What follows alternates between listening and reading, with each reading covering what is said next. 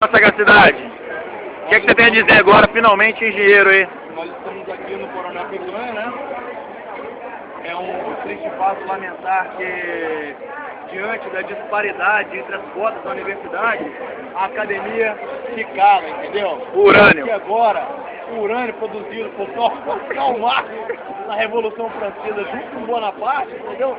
Não vai atrapalhar a comida de Adão na maçã, entendeu? Caraca, falou tudo. A galinha também, ó. É, e quem vem primeiro, ovo ou a galinha? Fala aí. Primeiro veio o galo pra comer a galinha pra nascer o ovo, né? Primeiro veio o galo, entendeu? Você tinha que intervir, então, na... Fala agora o que sua geração vai fazer. Fala o que sua geração vai fazer. A minha geração vai fazer o seguinte, esse negócio de história de galinha, quem vem primeiro o ovo, o negócio é criar embriões, na verdade, tecnológicos. Masturbador de plantão, pra guardar os espermatozoides lá. Apoiado pelo Lulão, aquele masturbador de plantão, na verdade, né? Que na verdade eu pretendo que vocês façam uma coisa que a minha geração não fez, entendeu?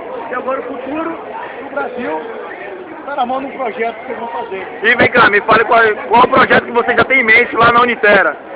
O projeto da Unitera é aumentar a grandeza da taxa de transferência lá dos servidores de megabit por segundo. Ganhou. Megabit por segundo, cara. Caraca, rapaz, palmas. E futuramente para terabit por segundo, meu amigo. Pera? Terabit por segundo, meu amigo. Você vai montar o grid lá então.